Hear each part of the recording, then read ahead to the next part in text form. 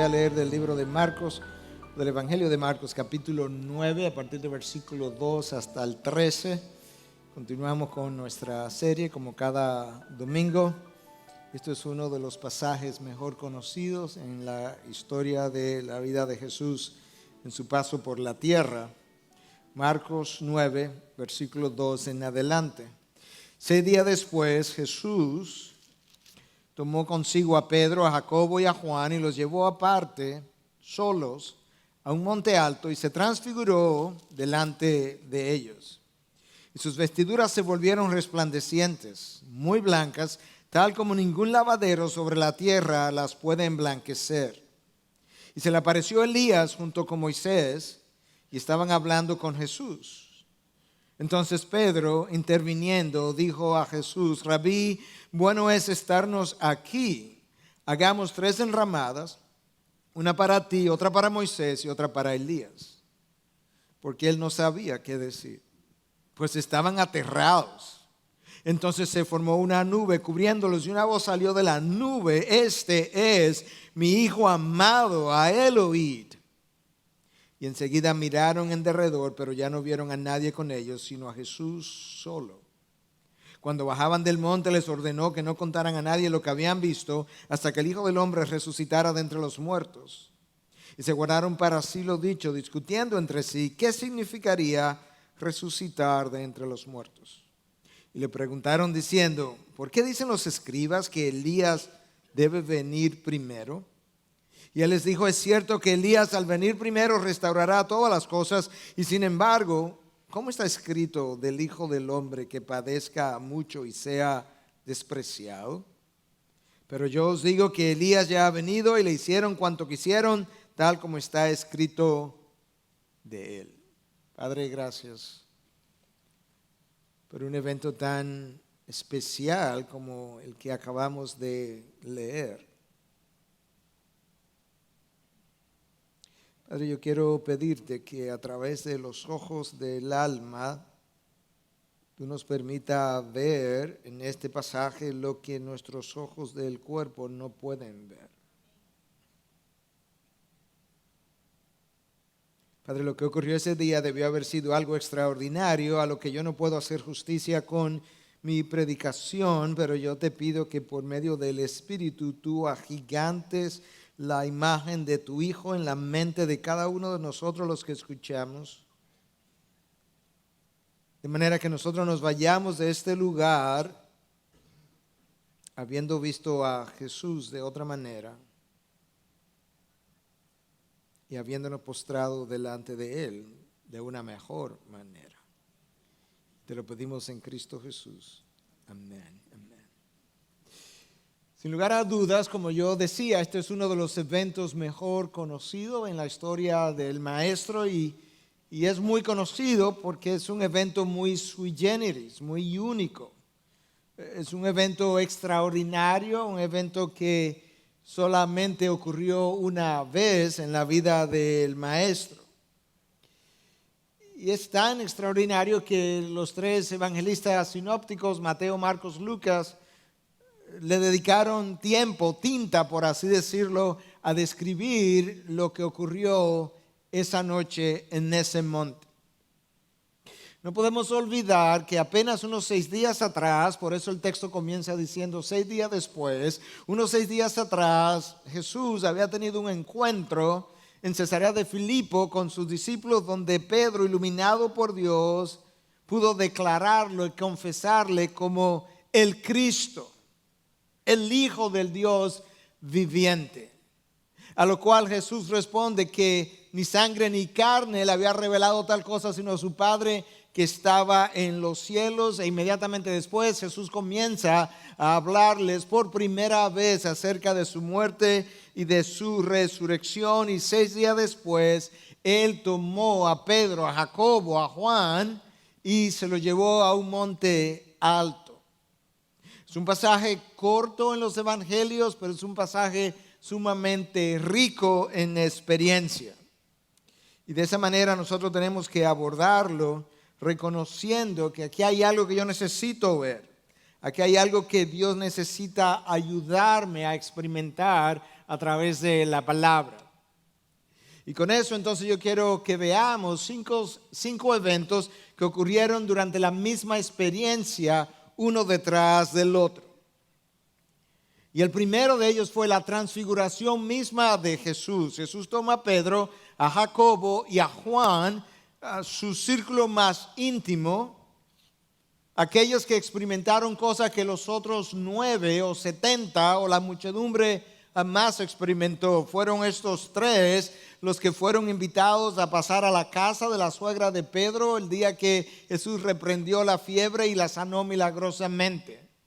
Fueron esos mismos 3 los que Jesús se llevó consigo al huerto de Getsemaní, y allí Jesús agonizó mientras ellos le acompañaban durante esa experiencia difícil. Y ahora son estos mismos 3 los que están en el monte de la transfiguración, experimentando algo que muchos de nosotros hubiésemos querido experimentar. No sabemos por qué Jesús tenía a estos 3 como parte o miembros de su círculo más íntimo, pero así luce en la narración. Hay algunas cosas que sabemos de estos 3 que quizás hicieron o motivaron a que el maestro le diera experiencias que a los otros no se las dio. Pedro sabemos que ejerció las veces de llave para el reino de los cielos al abrir a través del evangelio la entrada al reino de los cielos para los judíos en Pentecostés, Hechos capítulo 2, para los samaritanos en Hechos capítulo 8, para los gentiles en Hechos capítulo 10 y 11, a través de la visión que recibió de parte de Dios, de manera que de alguna manera Pedro fue usado por Dios de una forma especial durante esos tiempos iniciales, cuando el evangelio estaba siendo expandido a los 3 grupos de personas que en esencia existían en aquel entonces. De Jacobo nosotros sabemos que eventualmente pasó a ser la cabeza de la iglesia de Jerusalén, la iglesia madre, si pudiéramos decir, la iglesia que celebró el primer concilio, la iglesia de donde saldrían los apóstoles a hacer múltiples otras cosas en el reino o para el reino de los cielos. Y de Juan sabemos que no solamente fue el discípulo amado, pero es el que es elegido por Dios para escribir la última revelación que cierra el canon de las Escrituras, y él fue el que recibió esa visión especial y visitación en la isla de Patmos cuando Dios le permitió ver hacia los tiempos futuros, escribiendo el libro de Apocalipsis. Ahí están esos 3 en un monte no identificado, que algunos piensan que fue el monte Tabor, otros están en desacuerdo y dicen que no, que fue el monte Hermón, y otros piensan que fue el monte Merón. La realidad es que no hay acuerdo entre los académicos de cuál fue el monte. Cada uno de ellos presenta ciertas dificultades para explicar algunas otras cosas que están en los evangelios, pero no importa el monte, lo importante es la experiencia, la ocasión, la enseñanza, la vivencia que ocurrió ese día en aquel monte alto. Marcos define el evento, la experiencia, de una forma muy escueta, y simplemente dice en el texto que leímos que se transfiguró Jesús delante de ellos y sus vestiduras se volvieron resplandecientes, muy blancas, tal como ningún lavadero sobre la tierra las puede emblanquecer. Marcos no encontraba vocabulario humano para describir la blancura de las vestiduras de Jesús una vez esta transfiguración tomó lugar. La palabra transfigurarse, metamorfo, viene de esa raíz griega, implica un cambio radical en lo que la persona es o luce, y eso es lo que Jesús está experimentando. Es un cambio radical de lo que ellos habían visto anteriormente. Mateo nos dice algo más y nos dice lo siguiente, o nos relata lo siguiente, que su rostro resplandeció como el sol y que sus vestiduras se volvieron blancas como la luz. Es como si la gloria de Dios, o más bien la gloria de Cristo, de repente hubiese sido irradiada desde el interior de su ser, de tal manera que no solamente su rostro fue transfigurado, sino que sus ropas incluso perdieron el color y de repente Jesús por completo lucía como un destello de luz. Nosotros sabemos que el único color verdadero que existe es el color blanco y todos los demás colores no son más que refracciones de la luz en superficies distintas, refracciones de esa luz blanca reflejada en diferentes superficies. De manera que ahora si Jesús se convierte en la fuente misma de la luz, ya Él no está reflejando luz de ningún lado, Él es la luz y por tanto tiene sentido que sus ropas perdieran todo color. Tienes que imaginarte lo que tú estás viendo, que tú tengas estos de frente.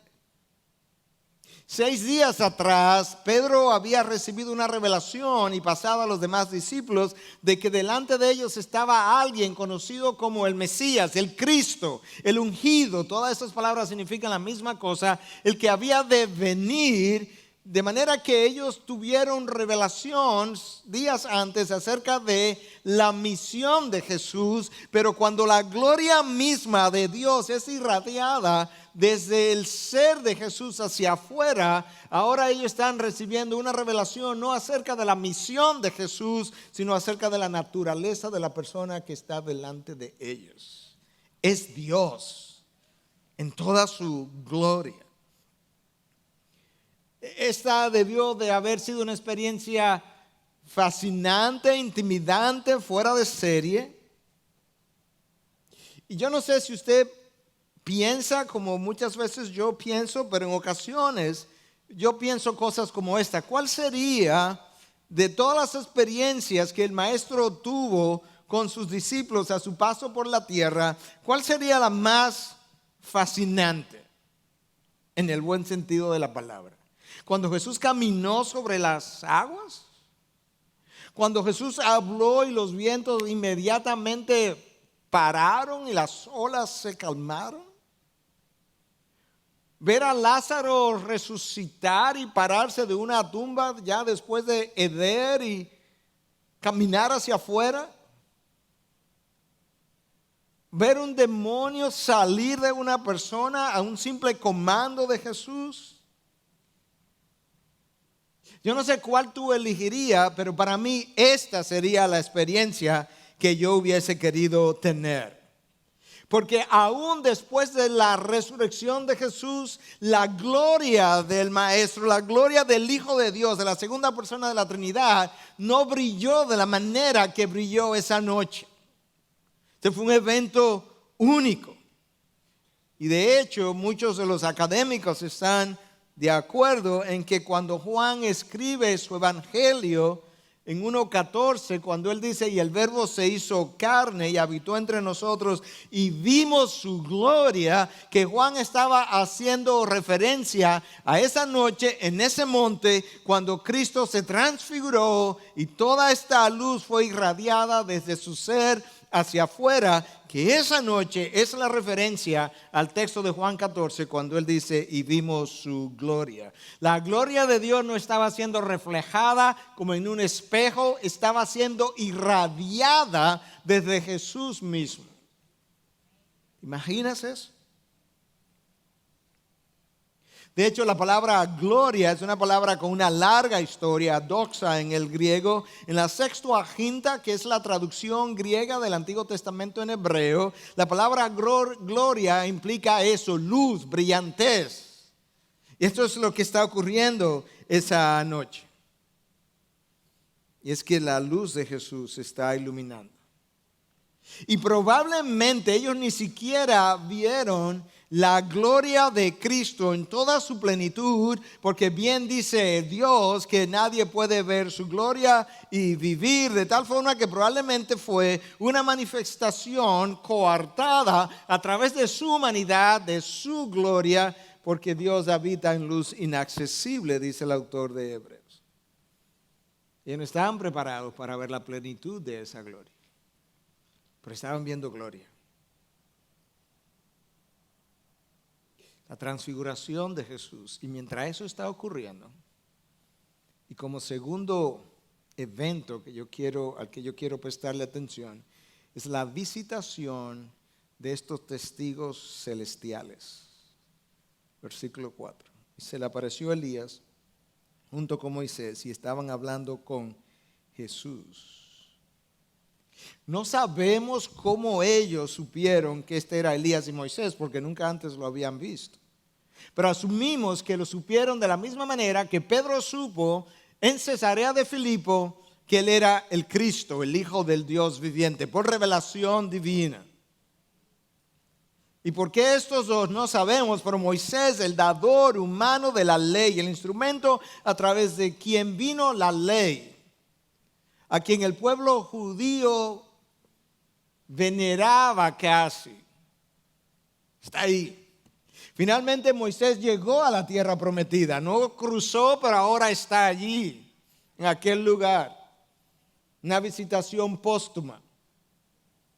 Y Elías, el gran profeta de Dios, a quien Dios se llevó en un torbellino, ha descendido con él también. Y han venido del más allá a visitar a Jesús. Y resulta que ahora tú tienes a Juan, a Jacobo y a Pedro en presencia de Dios en su gloria y de dos testigos visitantes del más allá. ¿Te imaginas eso? Escucha cómo Lucas lo describe en el capítulo 9. Y he aquí dos hombres hablaban con él, los cuales eran Moisés y Elías, quienes apareciendo en gloria hablaban de la partida de Jesús, que él estaba a punto de cumplir en Jerusalén.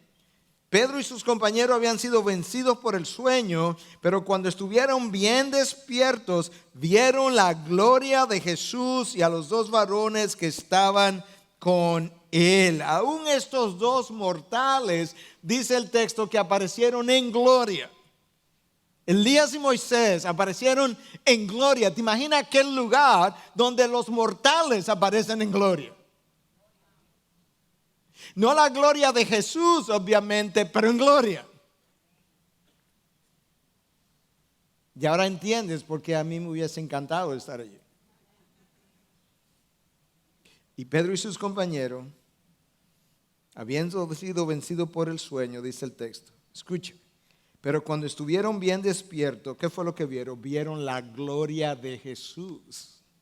Ahora no tenemos que especular si lo que Juan dice en 1:14 es o no es una referencia a ese evento, ese día, cuando ellos literalmente vieron su gloria. Eso es lo que Lucas dice en el capítulo 9, que cuando ellos despertaron y pudieron estar bien despiertos, estaban contemplando la gloria de Jesús junto con estos dos varones que estaban con él. Eso debió haber sido, como dicen en inglés, un sight to be seen, una escena, algo digno de ser visto.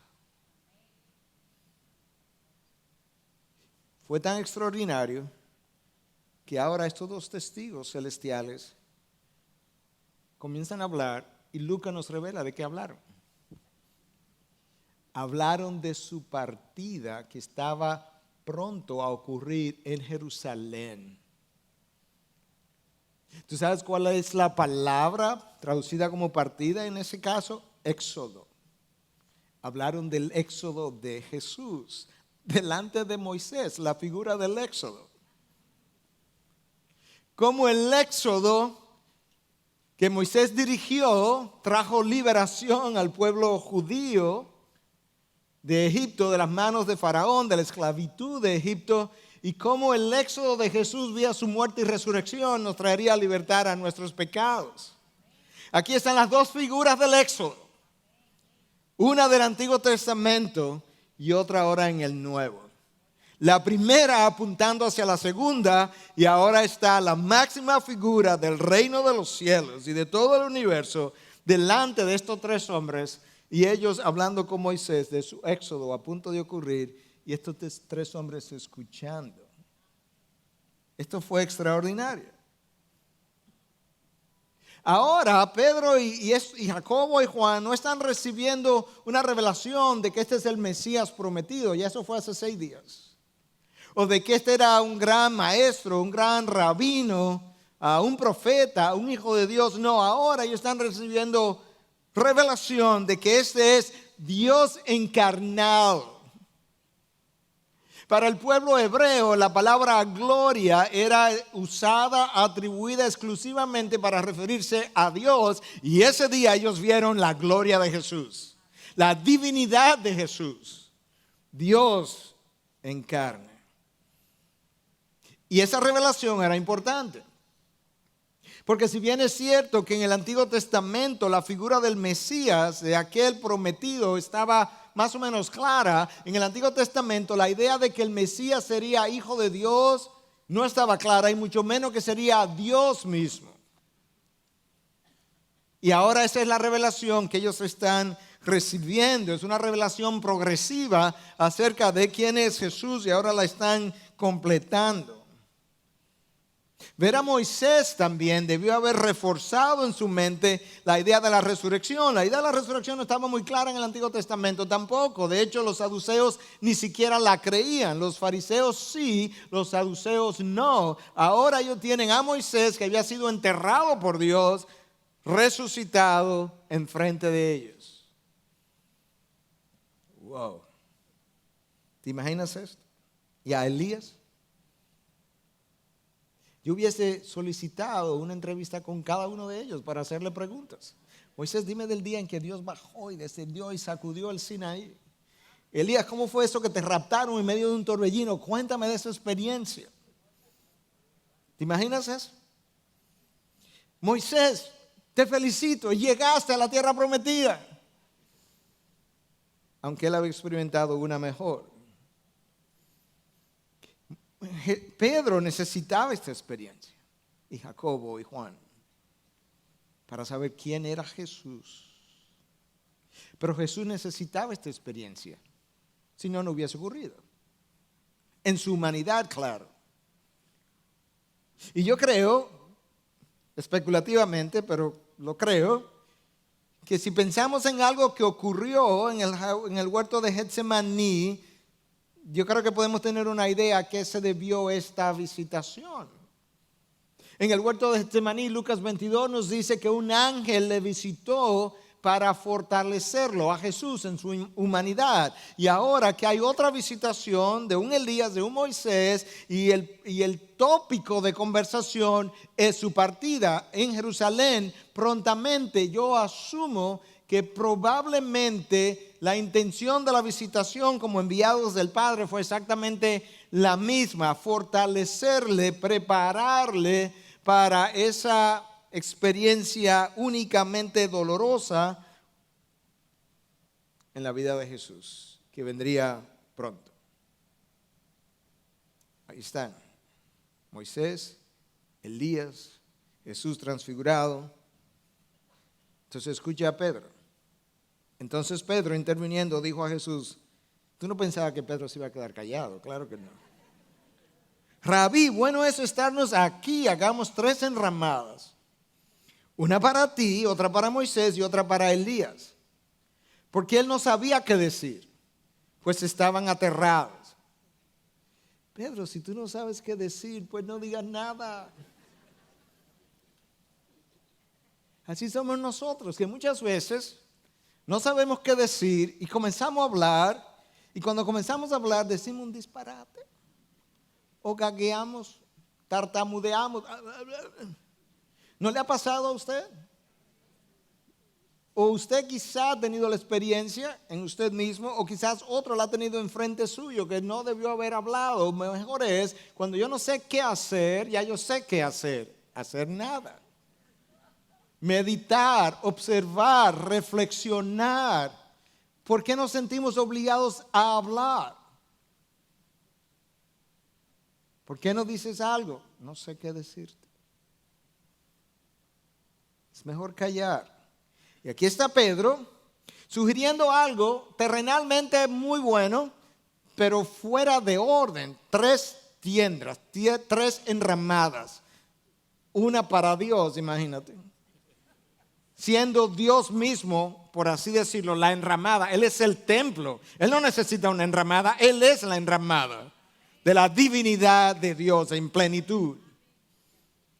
Y para dos visitantes que acaban de venir de moradas celestiales y le va a hacer Pedro en medio de la noche, sin herramientas, ni madera, ni mucho menos, dos enramadas, una para Elías y otra para Moisés. Pero el texto dice, ¿por qué dijo eso? Porque no sabía qué decir. Y estaba aterrado.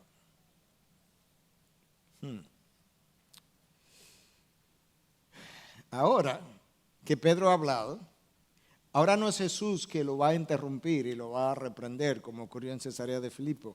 Ahora es el Padre. Eso es lo tercero que yo quiero que veamos, es la intervención del Padre. Entonces se formó una nube. Entonces, ¿cuándo? Después que Pedro habló. Se formó una nube cubriéndolos y una voz salió de la nube. Este es mi Hijo amado, a él oíd. Jesús no responde a la sugerencia de Pedro de estas tres enramadas. Ni el Padre tampoco. Lo que el Padre hace es que lo interrumpe, y lo interrumpe de una manera gloriosa. Hay una nube que se forma. No es que llegó, es que se formó ahí mismo. Descendió, los arropó, y en medio de esa nube hay una voz que dice: este es mi Hijo amado, a él oíd. Con la nube que se formó en ese lugar, Dios estaba tratando de comunicar algo acerca de su Hijo. Esto es revelación acerca de quién su Hijo es. La primera vez que nosotros leemos acerca de esa nube representando a Dios, la leemos en el libro del Éxodo, en el capítulo 14, cuando Dios les da una nube que los protegía durante el día, los protegía de la luz del sol. La próxima vez que nosotros leemos acerca de esa nube es cuando Dios descendió sobre el monte Sinaí, Éxodo 19, para dar la ley a Moisés. Y el monte tembló y Dios estaba presente. De manera que nosotros podemos ver claramente cómo esta nube representa la mera presencia de Dios. Y lo ves otra vez en Éxodo 40, versículo 34 al 35, cuando Moisés construye el tabernáculo y Dios llenó el tabernáculo con una nube tan densa que ni Moisés podía entrar a la nube. Ni Moisés, que había tenido comunión directa con Dios por 40 días en la montaña, el día que Dios llenó el tabernáculo, Moisés no pudo entrar al tabernáculo. La densidad de la nube no se lo permitía. Y lo mismo ocurrió el día que Salomón inauguró su templo, Primera de Reyes 8:10, donde el templo se llenó con esta nube tan espesa que los levitas y los sacerdotes tuvieron que salir y no podían entrar. Este día, la misma nube representativa de la presencia de Dios es lo que engloba, por así decirlo, a estos tres hombres, a estos dos testigos y a Jesús mismo. Y entonces escuchan la misma frase que Jesús escuchó en el Jordán el día que él fue bautizado: este es mi Hijo amado. A este es a quien yo he amado desde la eternidad.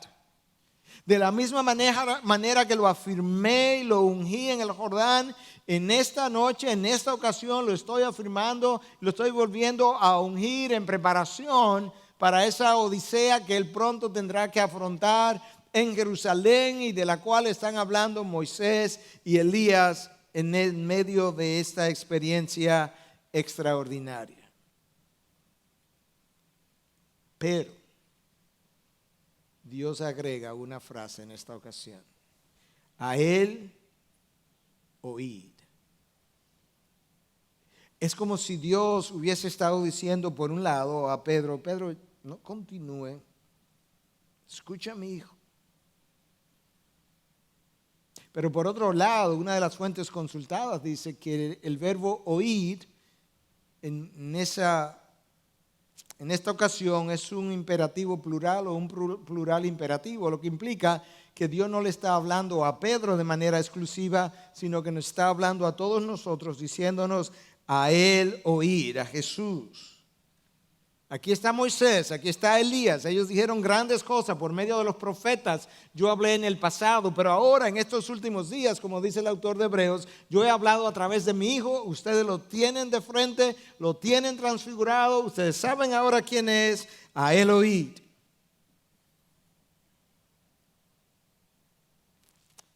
Hoy Dios continúa diciendo la misma cosa.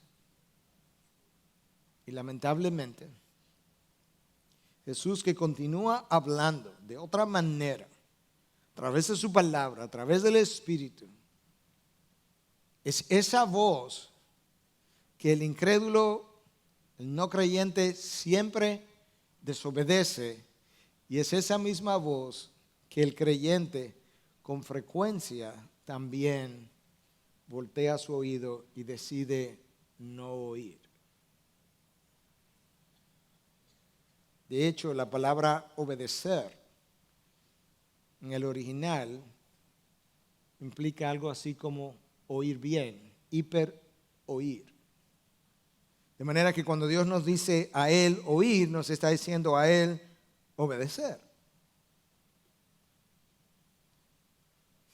En el día de ayer, mientras continuaba reflexionando sobre mi mensaje, el pastor Oscar Arocha envió una frase, voy a citar, por Twitter, que en el momento en que me entró estaba trabajando en este texto y me pareció apropiada y quizás Dios me la envió para eso. La frase dice, basada en Proverbio 14:15, el necio todo lo cree. Y luego dice, este confía mucho en sus propias ideas y consejos. Enamorado de su necedad, no tiene lugar para Cristo. La necedad es la reacción de aquellos que escuchan la voz del Señor sabiendo que es la voluntad de Dios, en este caso expresada en su palabra, conociendo la voluntad expresa de Dios, dan media vuelta, la desestiman y desobedecen. De manera que este es un buen momento para recordarnos que Dios nos sigue diciendo a Él oír, este es mi Hijo amado, y que nosotros necesitamos deshacernos del enamoramiento con la necedad para poder complacer a nuestro Dios, para continuar con la misma ilustración. Los escribas y los fariseos habían llegado a una conclusión acerca de Jesús. Pilatos llegaría a su propia conclusión, Herodes a su propia conclusión. Los discípulos en un momento tenían ideas confusas también. Y en otras palabras, Dios está diciendo, todas esas ideas necesitan ser silenciadas y tú necesitas escuchar a mi Hijo amado, a Él oíd. Él es la máxima autoridad del reino de los cielos, es la máxima voz, es la última voz de parte mía. Y ahí está. Imagínate, trata de colocarte en aquel monte. Escucha, trata de imaginarte esto. Tú estás en medio de la noche. Tú estás subiendo a un monte alto, me imagino que con antorchas. Todo alrededor está completamente oscuro y en silencio, porque esto es la noche y esto es un monte y el texto dice alto. De manera que el área debió haber estado, como dicen en inglés, pitch black, completamente oscuro. Tú subes con Jesús luciendo ropas de color de algún tipo. Y en tu presencia Jesús es transformado. Su rostro es ahora un destello de luz. Sus ropas pierden el color y se convierten en otro destello de luz que se une con el destello que sale de su rostro.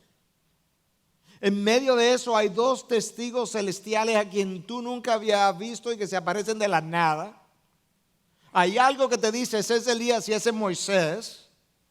Tú miras alrededor más allá de la luz y todo está oscuro, pero aquí donde tú estás todo está iluminado más allá de lo que pudiera ser la luz del día incluso. De repente hay una nube que te cubre y tú oyes una voz y cuando tú miras alrededor tú no ves a nadie hablando, pero hay algo que dice o alguien que dice, este es mi hijo amado, a él obedeced. Esa experiencia no es apta para cardíaco. En medio de la noche. A cualquiera le puede dar un infarto en medio de eso. Claro, escucha lo que Mateo dice en 17:6. Cuando los discípulos oyeron esto, cayeron sobre sus rostros y tuvieron gran temor. Poco le pasó. Pero esa fue la respuesta natural, el caer rostro en tierra y atemorizado fue la respuesta natural de todo aquel que experimentó una teofonía, una manifestación de la presencia de Dios. No una visión, no un sueño, sino una manifestación real de la presencia de Dios. Ese terror lo produjo la experiencia, pero la idea es que o el concepto es que la idea de Dios pueda producir en mí, dado lo que Dios es, un temor reverente que me lleve a mí, en vez de físicamente postrarme en tierra, a yo postrar mi vida delante de Él y vivir una vida de obediencia y de absoluta sumisión. Y yo creo que estas experiencias físicas nos recuerdan lo que debiera ser nuestra vida espiritual. Y sin embargo, muchas veces no es de esa manera que nosotros vivimos. No es de esa manera como nos comportamos. Y mientras Jesús se transfiguraba, y estos dos testigos celestiales aparecieron, y el Padre habla, ya hemos visto esos tres eventos, ahora Jesús al final de la experiencia tiene algo que decir también. Yo quiero que veamos eso en cuarto lugar, en el mandato de Jesús. Cuando bajaban del monte, les ordenó que no contaran a nadie lo que habían visto hasta que el Hijo del Hombre resucitara de entre los muertos. Jesús ahora los silencia, les ordena que no hablen, que no comenten esto. Ya Él le ha dado suficiente evidencia de quién Él es. El pueblo no ha creído. Ya Jesús ha revelado que ninguna otra señal le sería dada excepto la señal del profeta Jonás, que de la misma manera que él estuvo 3 días en el vientre de un pez, él estaría 3 días en el seno de la tierra y luego resucitaría. Esa es la única señal, de manera que esta transfiguración en el monte, no quiero que la cuenten, no va a producir ninguna fe en ninguna persona que la escuche. Ya esperen hasta que yo muera y resucite y entonces la podrán contar. Ya Jesús ha culminado lo que es su revelación a través de señales, ya no hay más y ahora Pedro, Jacobo y Juan necesitan cerrar sus labios. Y esta vez, por lo menos, ellos obedecieron. No hay nada que contar. Cuando expulsé demonios, me acusaron de expulsarlo por el poder de Belcebú.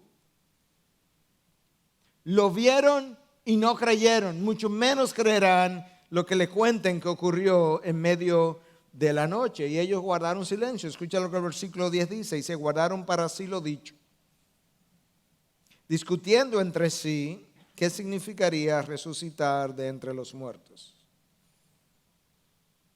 No hablaron, discutieron. Los discípulos siempre estaban disputando, como nosotros, discutiendo. La palabra ahí es disputar, discutir en el original. Y así somos nosotros, nos encanta discutir. Y lo que nos lleva a discutir en vez de dialogar son nuestros miedos, inseguridades, temores, nuestros orgullos, nuestro deseo de ganar, nuestro deseo de mostrar superioridad, nuestro deseo de ganar, de demostrar que conocemos más. Pero una vez Dios trabaja en ti, te hace manso y humilde,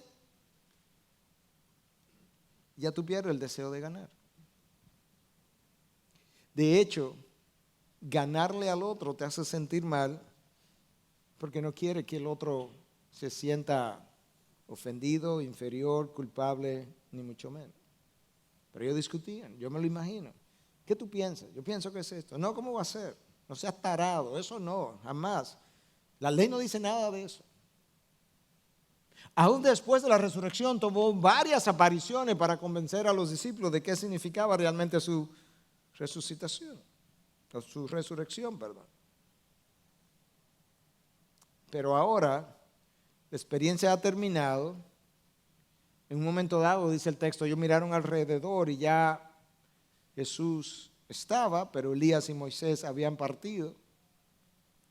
Ahora ellos vienen descendiendo con Jesús. Jesús los manda, les ordena que no digan nada, pero ellos tienen todavía preguntas. Versículo 11, y le preguntaron diciendo, ¿por qué dicen los escribas que Elías debía venir primero? Ellos estaban confundidos acerca de muchas cosas, pero ahora están más confundidos porque ahora Elías se apareció. Tú dices que eres el Mesías. Elías tenía que venir primero, pero nosotros te conocimos a ti antes que a él. La profecía de Malaquías, el último libro del Antiguo Testamento, en el último capítulo, en el último párrafo, dice lo siguiente: he aquí yo os envío al profeta Elías antes que venga el día del Señor, día grande y terrible. Él hará volver el corazón de los padres hacia los hijos y el corazón de los hijos hacia los padres, no sea que venga yo y hiera la tierra con maldición. Entonces ahora Elías está aquí, tú dices que ya Elías vino, tú eres el Mesías. No entendemos por qué Elías no vino antes que tú. Explícanos por qué dicen los escribas que Elías tenía que venir primero y ahora fue cuando lo vinimos a ver. Y Elías no ha tenido ese ministerio entre nosotros tampoco, solamente vino esa noche. Y él les dijo, versículo 12, es cierto que Elías al venir primero restaurará todas las cosas y sin embargo, ¿cómo está escrito del Hijo del Hombre que padezca mucho y sea despreciado? Pero yo os digo que Elías ya ha venido y le hicieron cuanto quisieron, tal como está escrito de él. Lo que Jesús estaba tratando de comunicar, y hay otros textos de los evangelios que lo dicen literalmente, que el Elías que había de venir fue Juan el Bautista. De hecho, en el capítulo 1 del evangelio de Lucas o Mateo se nos habla de Juan el Bautista y se nos dice, él era el Elías que había de venir. Él vino en el espíritu y en el poder de Elías. Él no era una reencarnación de Elías, pero él vino con una misión similar de confrontar al pueblo, de llamar al pueblo al arrepentimiento. Y en ese sentido, cuando Jesús dice que ya Elías vino, se refería a Juan el Bautista. Hicieron de él lo que quisieron porque lo decapitaron, pero el texto insinúa en el versículo 11 que Elías regresa. Dice el versículo 11, Elías ciertamente viene y restaurará a tiempo futuro todas las cosas. Y muchos de nosotros creemos que en el tiempo final, antes del día grande y terrible del Señor de que habla Malaquías, del día del juicio, Elías tendrá otra aparición. Algunos especulan y piensan que los dos testigos que aparecen en el libro de Apocalipsis al final de los tiempos, que uno es Elías y el otro es Moisés, no lo sabemos, pero Elías ha de venir. Y con eso entonces el pasaje cierra con esa pregunta final acerca de Elías. Pero yo tengo que, al concluir la experiencia leída y expuesta, yo tengo que preguntarme ahora de manera individual con qué yo me voy, con qué yo me quedo de todo esto que leímos. ¿Cuál es la aplicación para mi vida? Quizás algo que tiene que ver con ver a Jesús, conocer a Jesús de una mejor manera de lo que yo hasta ahora lo he podido conocer. Quizás es poderle pedir a Dios que abra los ojos de mi alma y darme iluminación para a través de su palabra yo poder conocer a Jesús de una manera que en mi vida se produzca una reacción espiritual similar a la que ellos vivieron de manera física. Y esto es que yo pueda postrarme, vivir una vida postrada de adoración a mi Dios, rendido de esa manera por haber visto con los ojos de mi alma lo que ellos vieron con los ojos del cuerpo. Quizás es eso lo que yo necesito. O quizás yo necesito una mejor respuesta a la frase a él oíd.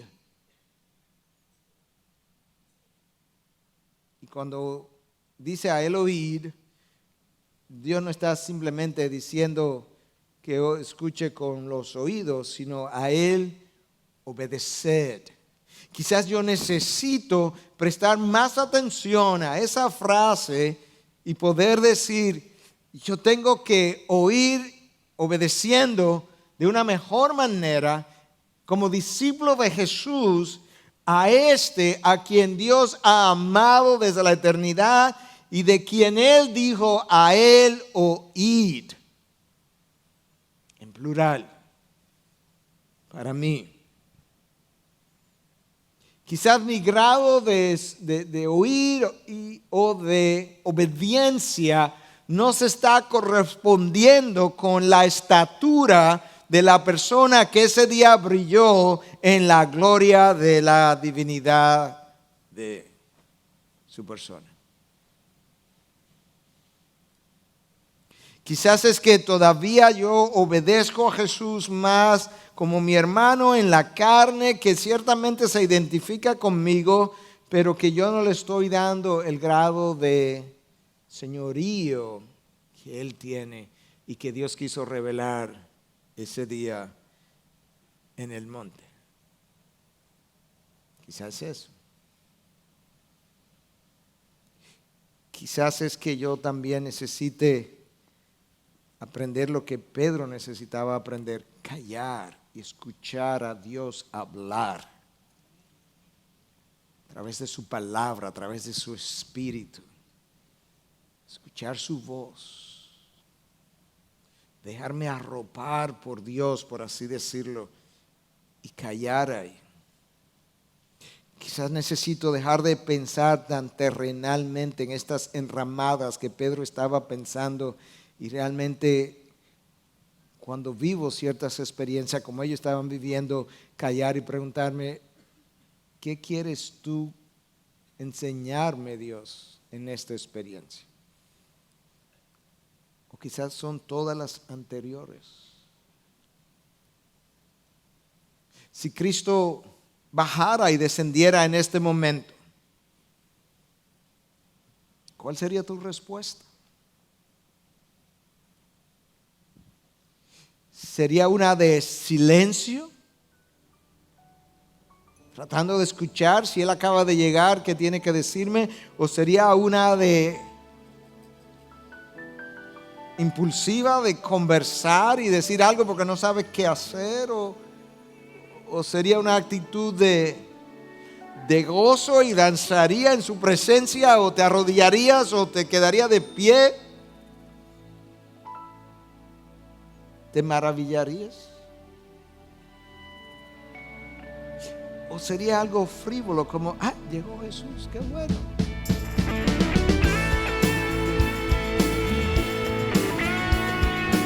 Esta es una producción que llega hasta ustedes gracias a los aportes de individuos y empresas comprometidos con la defensa de la fe.